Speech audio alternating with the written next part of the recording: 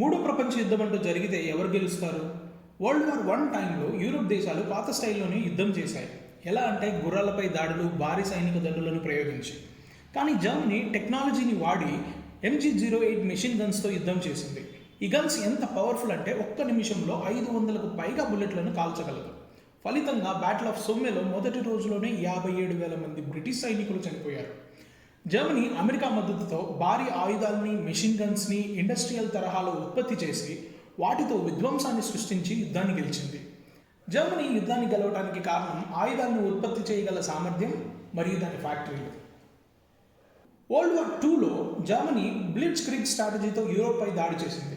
ఎలా అంటే మెరుపు వేగంతో మిసైల్స్ని లాంచ్ చేయగలిగే భారీ ట్యాంకర్లు, ఆకాశం నుంచి బాంబులతో దాడి చేసే విమానాలు మరియు సబ్మెరైన్లు, వీటిని రేడియో కమ్యూనికేషన్ ద్వారా ఆదేశాలు ఇస్తూ గైడ్ చేసింది. కానీ బ్యాటిల్ ఆఫ్ బ్రిటన్లో బ్రిటన్ రాడార్ సిస్టమ్ని యూజ్ చేసి జర్మన్ బాంబర్ల దాడిని ముందుగానే గ్రహించింది. ఆ తర్వాత ఎనిగ్మా కోడ్ యూజ్ చేసి జర్మన్ మెసేజెస్ని డీకోడ్ చేశారు. హిట్లర్ సబ్మెరైన్ మూవ్మెంట్స్ అన్నీ ముందుగానే తెలిసిపోయాయి. చివరిగా అమెరికా అణుబాంబుని జపాన్ మీద ప్రయోగించి యుద్ధాన్ని గెలిచారు. బ్రిటన్ మరియు అమెరికా యుద్ధాన్ని గెలవడానికి గల కారణం రాడార్ టెక్నాలజీ, రహస్య సమాచారాన్ని డీకోడ్ చేయగలిగే ఇంటెలిజెన్స్ మరియు అణు ఆయుధాలు. ప్రతి యుద్ధంలోనూ ప్యాటర్న్ ఒకటే, బ్రేవరీ కాదు, టెక్నాలజీ. మూడో ప్రపంచ యుద్ధం అంటూ జరిగితే మొదటి దెబ్బ సైబర్ దాడి రూపంలో ఉండవచ్చు. పవర్ గ్రిడ్లు, బ్యాంకులు, మిలిటరీ నెట్వర్క్లను హ్యాక్ చేసి దేశంలో విద్యుత్తు, డబ్బు, కమ్యూనికేషన్ వ్యవస్థలను స్తంభింపజేస్తారు.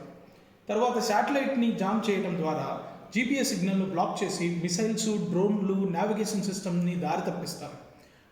ఆ వెంటనే వందల ఆటానమస్ AI డ్రోన్ స్వామ్స్తో ఒకేసారి దాడి చేసి ఎయిర్ డిఫెన్స్ సిస్టమ్స్ని ఓవర్లోడ్ చేసి కీలక స్థావరాలని నిమిషంలో ధ్వంసం చేస్తారు.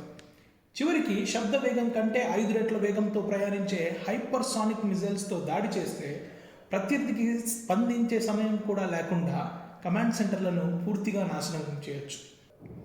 AI డ్రోన్లు, హైపర్సానిక్ మిసైల్స్, స్పేస్ వార్. యుద్ధం మనుషుల కంటే AI అల్గారిథమ్స్తో వేగంగా సాగుతుంది. చివరికి నిర్ణయం తీసుకునేది పెద్ద సైన్యం కాదు, డేటా, టెక్నాలజీ ఆధిపత్యం.